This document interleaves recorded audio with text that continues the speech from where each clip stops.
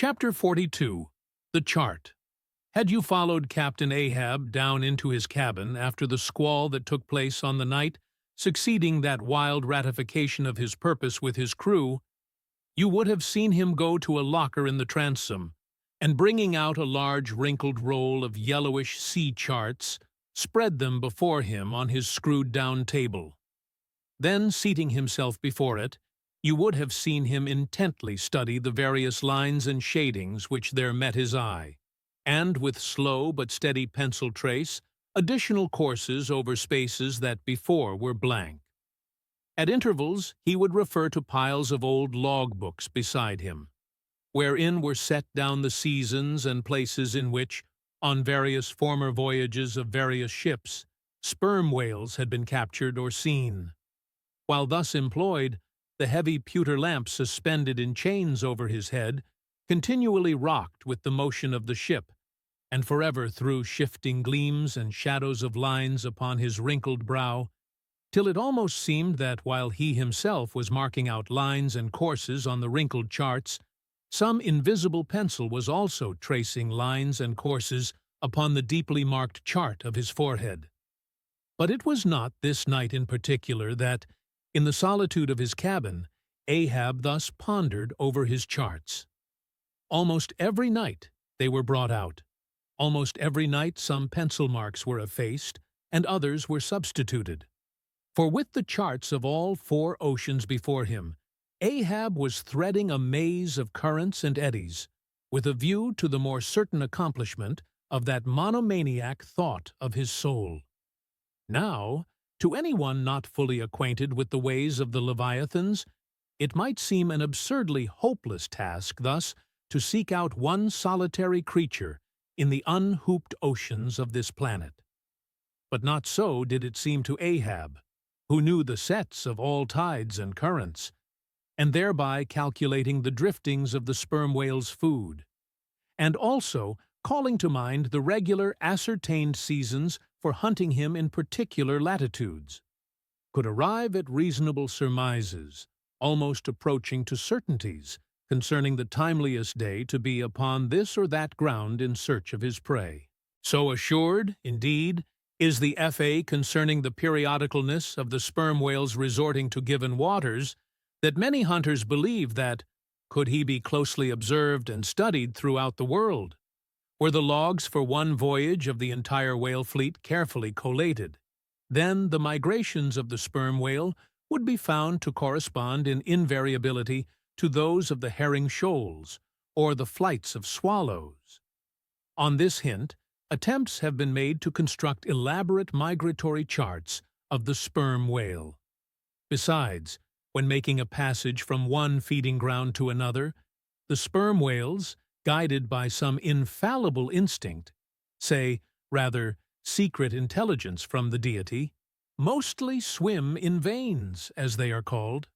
continuing their way along a given ocean line with such undeviating exactitude that no ship ever sailed her course, by any chart, with one tithe of such marvelous precision. Oh, in these cases, the direction taken by any one whale be straight as a surveyor's parallel,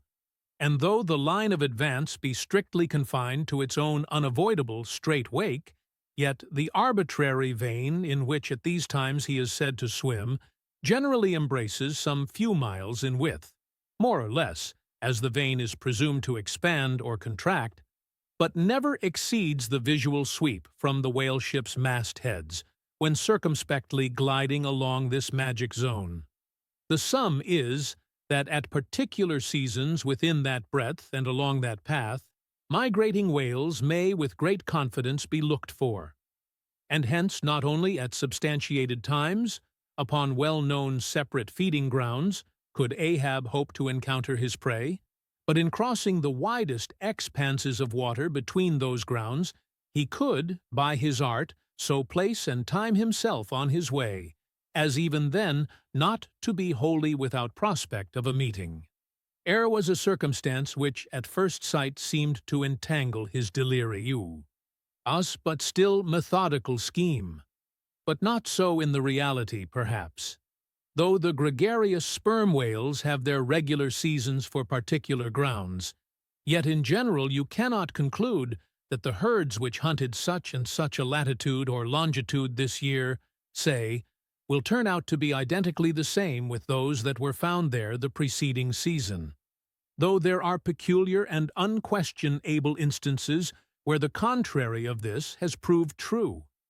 In general, the same remark, only within a less wide limit, applies to the solitaries and hermits among the matured, aged sperm whales, so that though Moby Dick had in a former year been seen, for example, on what is called the Seychelles Ground in the Indian Ocean, or Volcano Bay on the Japanese coast,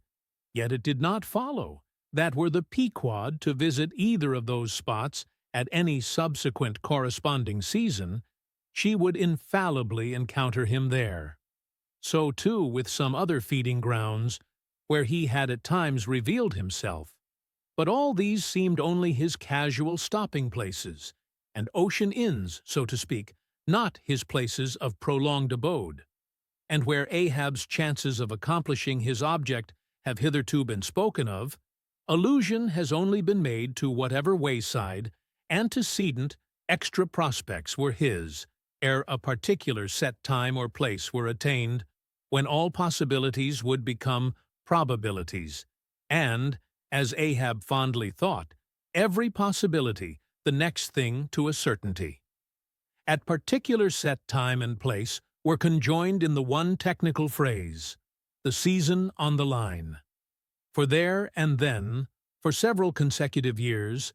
Moby Dick had been periodically descried, lingering in those waters for a while, as the sun, in its annual round, loiters for a predicted interval in any one sign of the zodiac.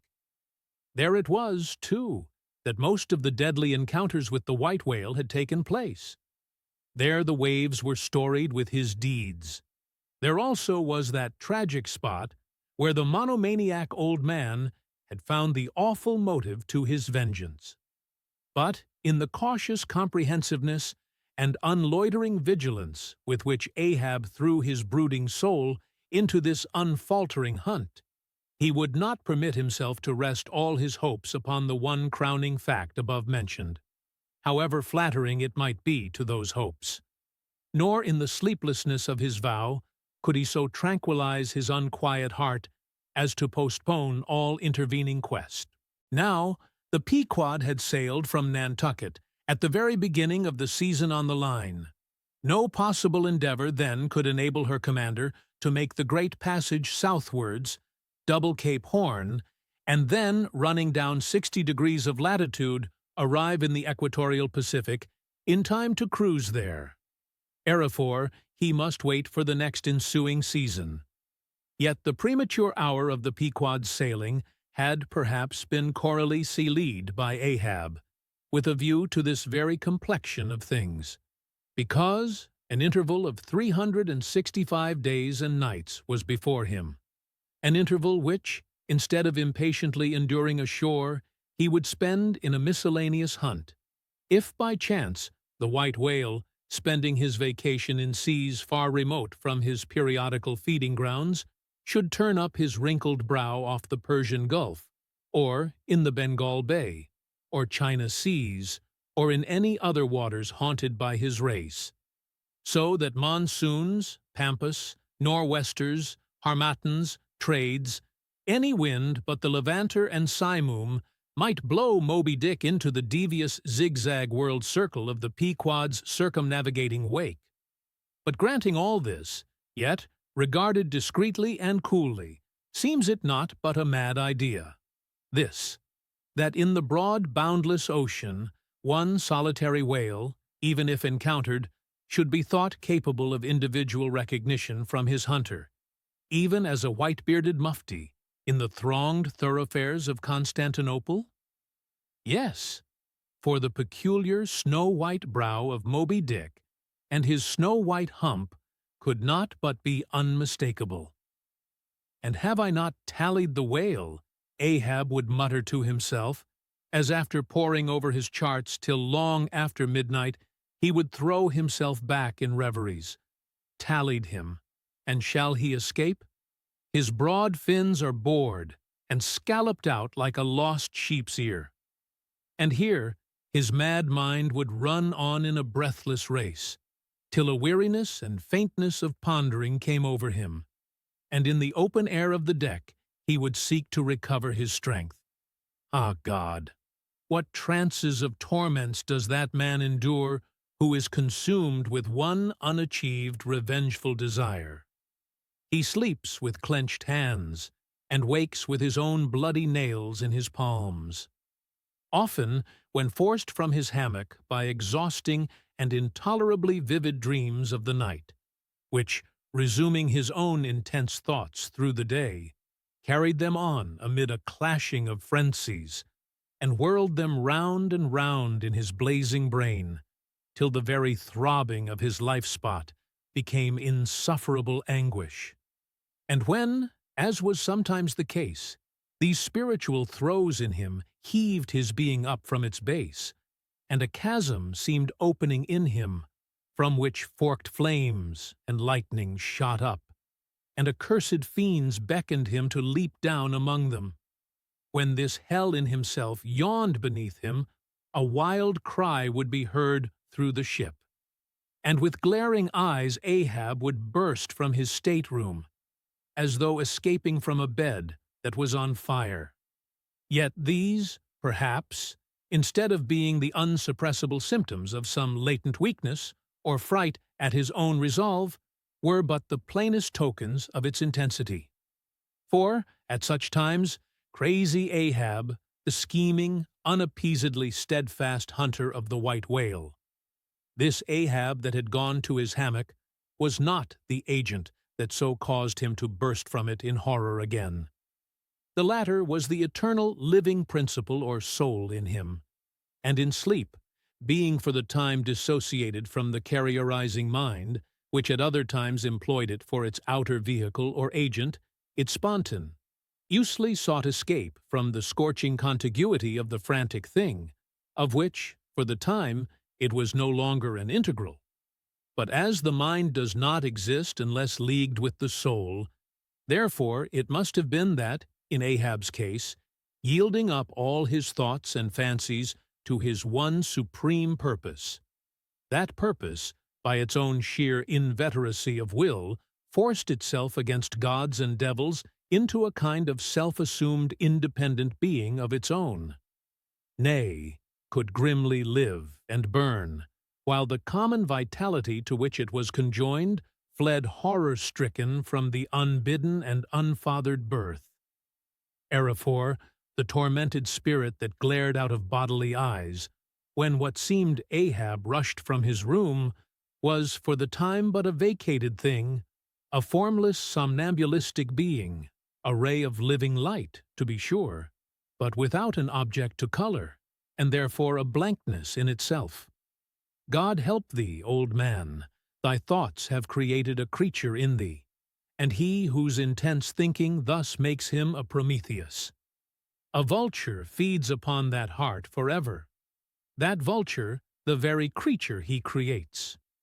Since the above was written, the statement is happily borne out by an official circular, issued by Lieutenant Maury, of the National Observatory, Washington, April 16, 1851. By that circular, it appears that precisely such a chart is in course of completion, and portions of it are presented in the circular.